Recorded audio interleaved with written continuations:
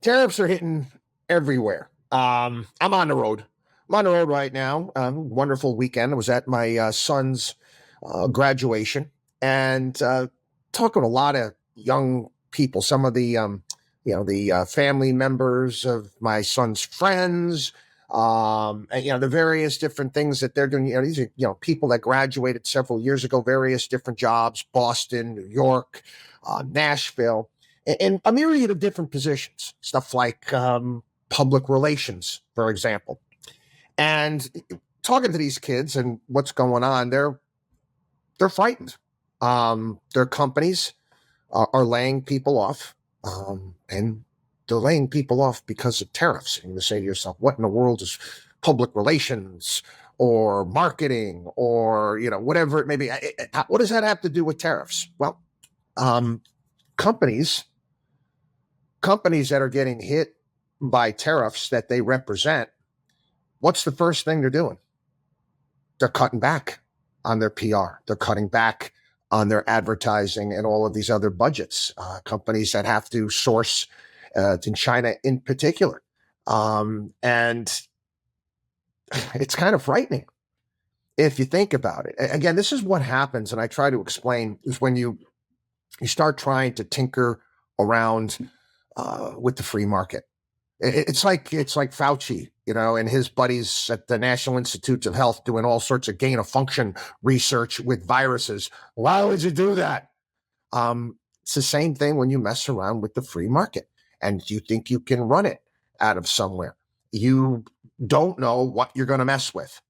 And right now, it is getting ugly. I know we got a big tariff reprieve right now, but businesses are scared. They're holding back. They're making certain decisions for the future, and they're saying, hey, I just can't right now. I can't make that investment. I'm not going to go out there and buy those advertisements. Now, you think what this is going to filter down to? It's going to filter down to technology companies across the board.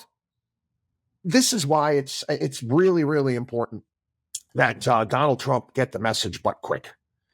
Scott Bessent on Meet the Press again this past weekend, talking about the tariffs. Donald Trump is going to decide what reciprocity is going to go here, there, and everywhere. We got to get these things back down. And I mean, 10% is too high. 10% is too high. You want to deal with countries based upon how they're treating us.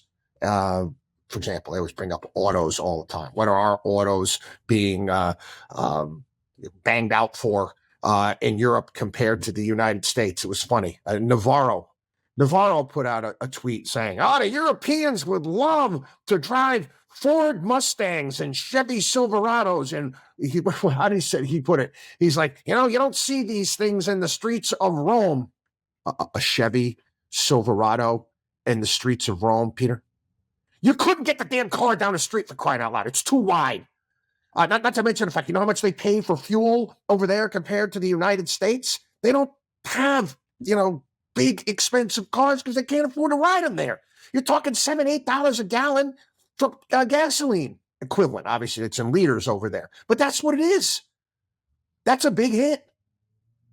And, granted, okay, I've said this before, you do go over there, you do see smaller American cars there. Again, you'll see more Fords.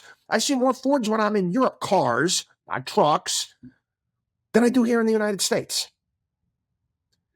We need to get back to, I'm thinking about it in terms of Atlas Shrugged and John Galt, just to get out of the way. Just get out of the way. Make it easy to do business here in the United States. Get rid of regulations. You were doing that. Stop with this tariff nonsense before you break more stuff. Watchdog on wallstreet.com.